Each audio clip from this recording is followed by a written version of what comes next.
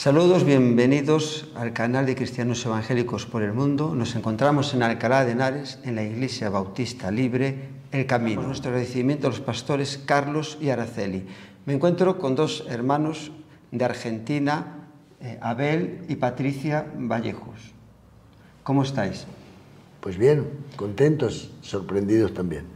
Hoy estáis de visita en esta iglesia para presentar un poco vuestro campo misionero en África, que ahora mismo estáis en Guinea-Bissau.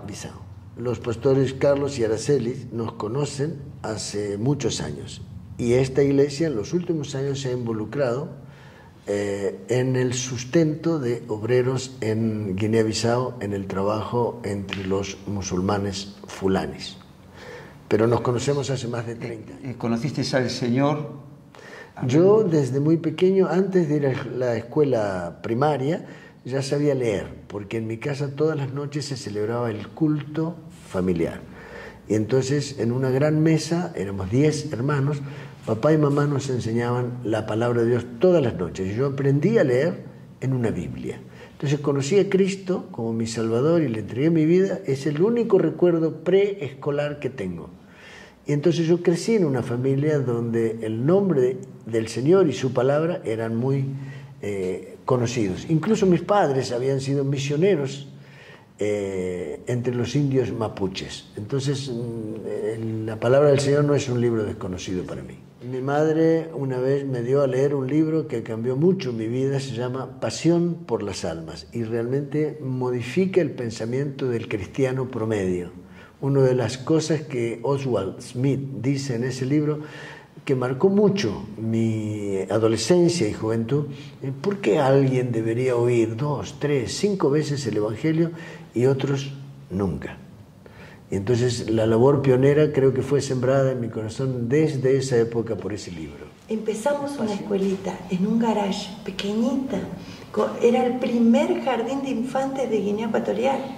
Y estos jóvenes que yo capacitaba para... No había educación preescolar en el país. Y me dijeron, Patricia, vamos a poner el primer jardín de infantes.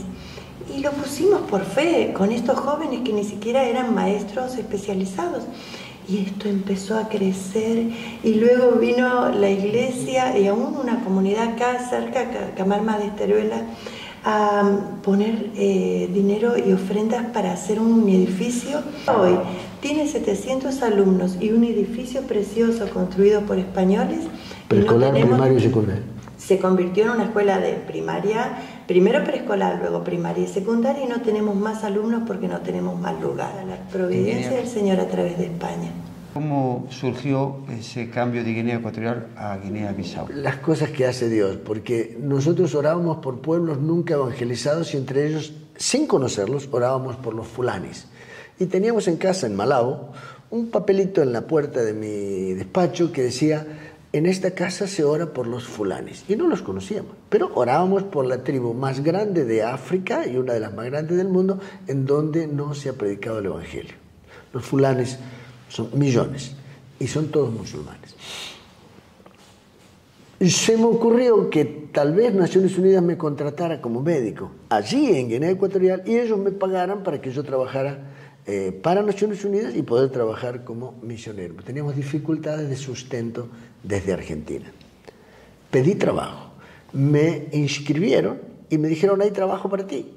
Pero lo que hace Naciones Unidas cuando te inscribe, te ponen un roster en una base de datos y dice, aquí hay un médico, y entonces van a donde se necesita un médico, pero no necesariamente donde tú te inscribiste. Bueno, me ofrecieron un trabajo en la otra Guinea. Lo pusimos como un vellón de lana delante del Señor, porque era un candidato entre 3. Y le digo, bueno, si salgo, será que el Señor quiere. Empezamos a ayunar y orar. Y a los 8 días me contestaron que sí. Y el Señor nos llevó a Guinea-Bissau y ahí encontramos que estaban los fulanis. Hay 700.000, pero a todo el sur del Sahara están los fulanis. Entonces entendimos que el Señor nos había llevado ahí. No queríamos irnos de nuestro campo donde estábamos. Pero Dios tenía otro plan. Pero el Señor tenía otros planes. Mira, Marcos, quiero decirlo de forma lo más docente posible. No es posible ninguna de las maneras que nosotros usamos para llevar el Evangelio de Jesucristo en Occidente, usarlas en el contexto islámico y especialmente en las aldeas islámicas. Las aldeas suelen ser de 200 personas. La población rural está dispersa en aldeas que a veces son grupos familiares. Si es una aldea de 500 personas ya es grande. Entonces es muy difícil llevar, para el Estado me refiero, llevar educación a cada aldea, agua limpia a cada aldea, salud a cada aldea, vacunas a cada aldea, caminos, comunicación a cada aldea. Entonces eso crea una enorme dificultad de proveer servicios, que en la ciudad es más fácil. Tú tienes una red eléctrica, una red de cloacas, una red de... ¿no? Y eso en las aldeas es uno de los graves problemas de Guinea-Bissau, es que no tiene caminos. Y entonces había unas personas que me decían, doctor Abel, salimos en una carreta tirada por burros con un paciente y en la mitad del camino volvemos con un muerto. Esa es la realidad hasta ahora. Y yo creo que la Iglesia tiene algo que decir en ese sentido. No sé si será una retroexcavadora o una motoniveladora que haga caminos, no lo sé.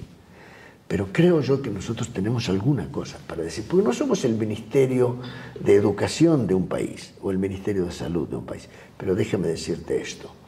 Ellos, como musulmanes, no nos permiten el evangelismo abierto. Con radio, con folletos, con puerta a puerta, evangelismo en las calles, montar una iglesia, empezar un culto. No se puede. Pero eso no aprisiona el Evangelio. El Evangelio de Jesucristo debe ser predicado. Esa es la orden, la razón por la cual existimos como iglesia. Entonces, creo yo que lo que debemos es buscar agujeros, permíteme la expresión, por donde pueda colar el Evangelio de Jesucristo. Y uno de esos enormes agujeros que tiene la cultura islámica en general es la falta de educación, el analfabetismo. Ellos ansían que sus hijos tengan escuela, pero no las pueden poner, y el Estado tampoco las pone. El amor es un motor que empuja al cristianismo, pero no existe en el Islam. Entonces la ventaja de amar al prójimo y desear para ellos lo que para nosotros quisiéramos, que es un mandamiento de Jesucristo, que por amor vino, entonces esa es una herramienta, el amor, y la otra son oportunidades. Les falta escuela, pues pongamos una escuela y nos abrazan. Bueno, nosotros ponemos una escuela, ustedes nos agradecen, pero el maestro es un cristiano. Nosotros no tenemos maestros musulmanes, ni queremos tener. Lo mismo con el agente sanitario, porque tienen enormes dificultades en salud. Por eso la salud y la educación son estrategias, son herramientas. Muchas gracias por todo. A ti, María.